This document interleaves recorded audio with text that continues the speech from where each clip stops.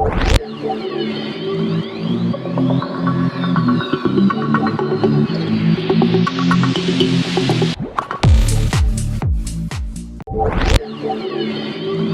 mzee wangu, heshima yako.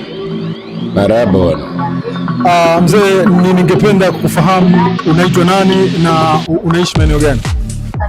Mimi kwa jina naitwa Kazimiri Ihonde Mtondi. Hivi naishi maeneo ya Tangibomba. Asante. Asante sana mzee wangu. Wewe ni mzaliwa wa Pada? Mimi mkoa wa Mara. Ni mkoa wa Mara. Okay mzee, kipindi hewani ni enzi hizo shuleni. Kwa hiyo tunazungumzia kuanzia chekechea darasa la kwanza mpaka la 7. Je, unakumbuka nini au unakumbuka kitu gani ambacho umewahi kukifanya shuleni, na unakumbuka mwalimu nani ambaye alikuwa anakutandikeni sana ni viboko mpaka siku leo huwezi kumsahau? Mimi kwa kweli shule ninachokumbuka sana alikuwepo mwalimu mmoja anaitwa Charles Masu. Ndio amenifundisha Kinesi A. Yeye ndiye aliwahi kuniadhibu mimi. Na alikuadhibu kwa kosa gani? Ilitokea tu utundu wa darasani, kuna binti moja anaitwa Mkainga Mafuru. Mkainga Mafuru. Ni binti yule. Ilikuwaje? Alikuja kunichafua kwenye dawati langu naandika. Sasa nilikuwa kidogo bahati nzuri, nilibahatisha kumsukuma pale bana usinichafulie daftari, ndo ikatokea vurumai, nikamgusa kidogo kwenye kichwa, akachanika hapa kwenye kichwa. Hiyo ndo nakumbuka. Ina maana kwamba kwenye vurumai, ina maana kwamba wakati umemsukuma na yeye pia alitaka kunyanyuka kurudisha hata yeye alinirudishia ngumi, na mimi nikaamua kumshtua kidogo, akachanika hapo. Hapo ndo kitu ninachokikumbuka. Kwa mzee wangu, yani shuleni ukaamua ni kupigana na mdada, sio mkaka tena? Sio mkaka, ni dada kwa kweli. Okay.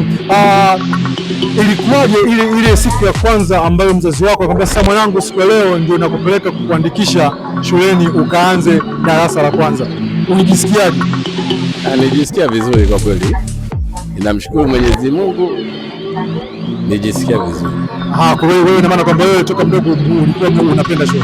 Unapenda shule ndio. Okay. Na ni somo gani hasa ulikuwa unalipenda?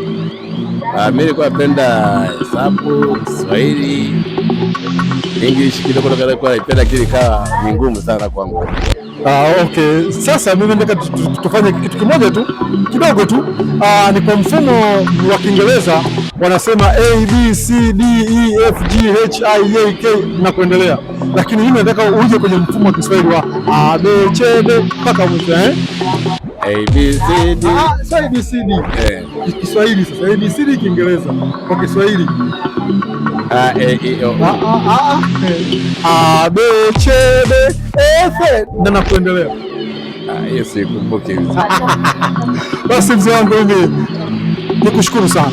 Asante sana. Nikushukuru sana. Na huyo binti ambaye ulipigana naye enzi hizo, sasa hizo unaweza kufahamu ni kwapi?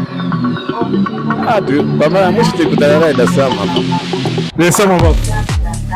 Sehemu za Kionga Wipa huko. Kwa hiyo alipokuona au mlivyoonana, wewe unakumbuka nini? Mimi nilifurahi sana kumuona na yeye akafurahi kuniona, tukakumbatiana sana, tukasalimiana, tukakaa kikao kimoja, maisha yakaendelea. Maisha yakaendelea. Mzee wangu, mimi nikushukuru sana. Asante sana. Shukrani sana baba. Nakushukuru wewe pia. Asante sana. Mpenzi mtazamaji wa JN Power TV, na imani umeburudika, na imani umejifunza kwa kuangalia au wadau mbalimbali na kuweza kujua shuleni enzi hizo walipitia changamoto gani, walifanya mambo gani, na vitu gani ambavyo walifanya vilikuwa changamoto kwao, na vitu gani ambavyo walifanya ambavyo wameweza kuvikumbuka hivi leo na kuweza kushare na sisi. Hivyo basi leo nilikuwa Tegeta, niko Ndevu. Siku ya kesho naweza nikawa mtaani kwako. Kwa hiyo nakukaribisha katika kipindi hichi. Kama na wewe utakuwa una story za enzi hizo, basi tunakaribisha katika kipindi hichi ili tuweze kushare mawazo matatu, ili watu wengine waweze kupata kujifunza. Ukicheki chini ya kioo hapo utakutana namba zetu, unaweza kutupigia kuweza kujua kesho nitakuwa maeneo gani. Wako mtangazaji Buda Kipluma, bila kusahau nyuma kamera nipo na Abduli pamoja na Ibra Zadon, na hii ni JN Power TV.